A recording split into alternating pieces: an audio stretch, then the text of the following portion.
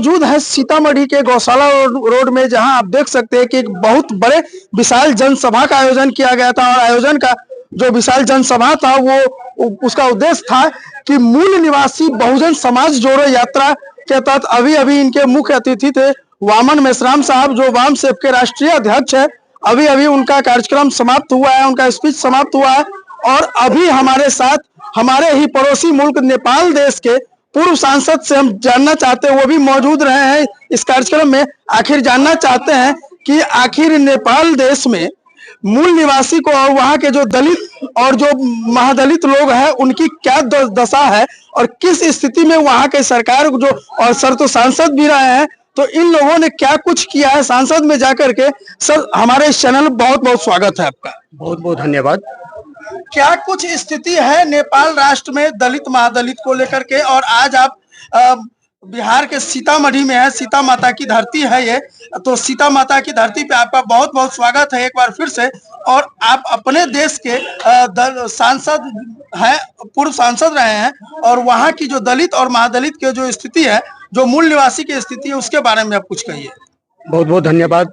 मैं आज बहुत खुश हूँ कि हम लोग नेपाल से चलकर यहाँ पर बहुजन जोड़ो यात्रा का जो तैयारी हो रहा है, यहाँ पर जो बहुजनों का अधिकार संपन्न बनाने के लिए जो आंदोलन की तैयारी के तहत आज जो ये कार्यक्रम हुआ, उस कार्यक्रम में हम लोग शरीक होने का जो अवसर मिला हम लोगों को, इसलिए मैं आयोजक को बहुत बहुत धन्यवाद देना चाहता हूँ।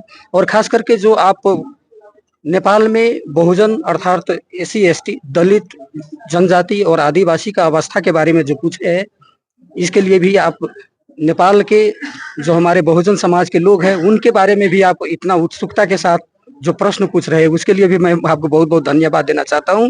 क्योंकि वहाँ का जो बहुजन समाज के लोगों का, खास करके दलित आदिवासी और जनजाति का जो अवस्था है, आपका चैनल के माध्यम से मैं यहाँ पर भी उसके बारे में जानकारी कराने का मैं प्रयास कर रहा हूँ।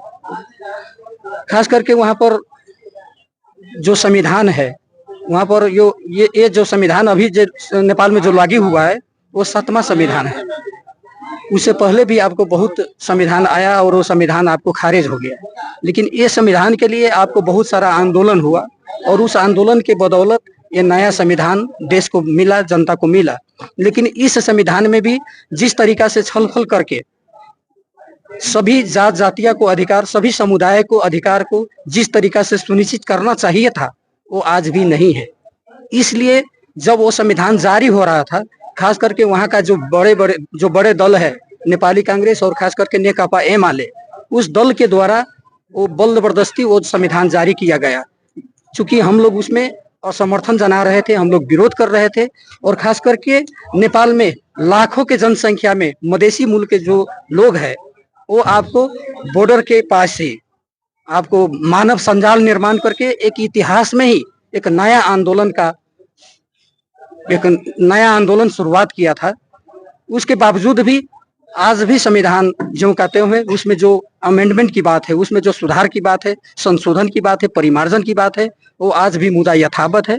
और उसमें परिमार्जन करने के लिए जो शासन में रहने वाले जो सत्ताधारी दल है आज भी अनिच्छुक है।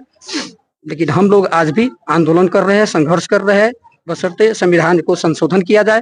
और संशोधन करके, जैसे कि हमारे पड़ोसी मुल्क आपके इस भारत में जिस तरीका से यहाँ पर प्रत्यक्ष निर्वाचन प्रणाली में भी हर एक जात जातियों के लिए, हर एक लिंग के, हर एक समुदाय के लोग को प्रतिनिधित्व हो सभी तह में, यहाँ रिजर्वेशन का व्यवस्था है।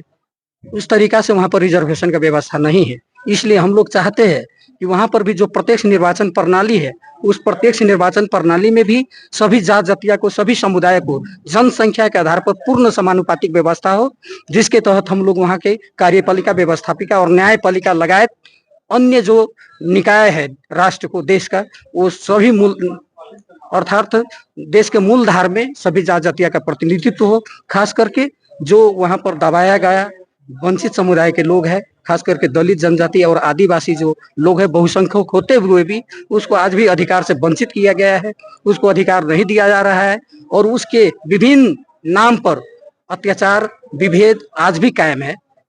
उसके खिलाफ में आज हम लोग अभी भी संघर्ष है और एक बृहद संघर्ष की तैयारी में है। क्या वहाँ क्या यहाँ जैसे कि पिछड़ा अति पिछड़ा और दलित महादलित के उत्थान के लिए नौकरी में भी रिजर्वेशन की व्यवस्था है? क्या आपके राष्ट्र में नौकरी में भी रिजर्वेशन की व्यवस्था है? वहाँ क्या अभी निजामती जो वहाँ लोक सेवा आयोग है उसमें भी आपको आरक्षण है, लेकिन वो आरक्षण जिस तरीका का होना चाहिए था वो आरक्षण नहीं है, नाम मात्र का आरक्षण है। जैसे कि वहाँ पर आपको दलित के लिए जो आरक्षण है, दलित का जनसंख्या आज भी वहाँ पर प्रतिशत में बात किया जाए तो लगभग 14-15% के हाराहारी में दलित समुदाय के ही सिर्फ लोग हैं। लेकिन लोक सेवा आयोग में जो रिजर्वेशन का बात है वो आपको 9% का है। और क्या होता है कि एक बार अगर दलित उसमें नाम निकाल पाया तो ठीक है, अगर नहीं नाम निकाल पाया तो हम लोग का मांग है कि दूसरे साल जब आपको रिजर्वेशन कोटा का ऐलान होता है तो पिछले बार वाला जो कोटा है उसमें ऐड करके निकाला जाए। लेकिन क्या होता है वहाँ के मनुवादी शासक के द्वारा जो एक बार में अगर दलित कोटा फुलफिल नहीं हुआ तो उस कोटा को काट दिया जाता है और वो खुला में ऐड कर दिया जाता है, जो कि दलित समुदाय के लिए नाइंसाफी है। इसके लिए भी इसलिए अगर वहां पर मानते हैं कि लोक सेवा आयोग लगायत के जो नौकरियां है उसमें जो बात किया जाए वहाँ का दलित आदिवासी और जनजाति के लिए जो पिछड़ा समुदाय के लोग हैं उनके लिए तो आज भी खास कोई अच्छा व्यवस्था नहीं है। भारत और नेपाल के रिश्ते की अगर बात किया जाए तो पहले जब नेपाल में राजतंत्र था उस समय की स्थिति में और वर्तमान की स्थिति में काफी कुछ टकराव का स्थिति देखा गया है। कभी-कभी अक्सर देखा जाता है कि सीमा पर सीमा विवाद को लेकर के भी काफी कुछ तनाव की स्थिति बन जाती है, जबकि भारत और नेपाल में रोटी और बेटी की संबंध को माना जाता है, खास करके इधर करके तराई क्षेत्र के लोगों को के इसमें। तो आप किस हिसाब से देखते हैं इसको? देखिए वहाँ पर मानते हैं कि हम लोग चाहे मधेसी हो, दलित हो, अन्य जाति हो, हम लोग वहाँ का नेपाली भी है, अर्थात नेपाल हमारा देश है, उसको हम लोग नहीं नकार पाते हैं, नहीं नकार पाएंगे, क्योंकि हम लोग नेपाल से ही है और उस देश में ही हम लोगों को संघर्ष करना है, हम लोगों को अधिकार प्राप्त करना है। और जहाँ तक आप भारत और नेपाल के संबंध की बात करते तो ये स्वाभाविक है कि भारत हमारा सबसे नजदीक का पड़ोसी है और हम लोग मानते हैं कि आपको जो असंलग्न पर राष्ट्र नीति है हमारे देश का, उस असंलग्न पर राष्ट्र नीति के तहत ही हम लोग सभी देश से मित्रवत व्यवहार करते हैं, चाहे वो कोई भी मुल्क हो। और खास करके भारत का जब जहाँ तक बात है, यहाँ पर तो यकीनन हम लोग का बेटी और रोटी का संबंध है, इसलिए यहाँ पर मानते हैं कि हम लोगों को थोड़ा ज्यादा नजदीकी है, हम लोगों का रिलेशन यहाँ पर भी है और यहाँ का रिलेशन आपको नेपाल में भी बहुत आपको बेटी रोटी का संबंध है। इससे इस बात को तो नकारा नहीं जा सकता है, फिर भी मानते हैं कि ये हमको जो दो पड़ोसी मुल्क है उसमें हम लोग समदूरी की नीति अपनाते हैं, समदूरी के हिसाब से, और असंलग्न पर राष्ट्र नीति को ही हम लोग मानते हैं।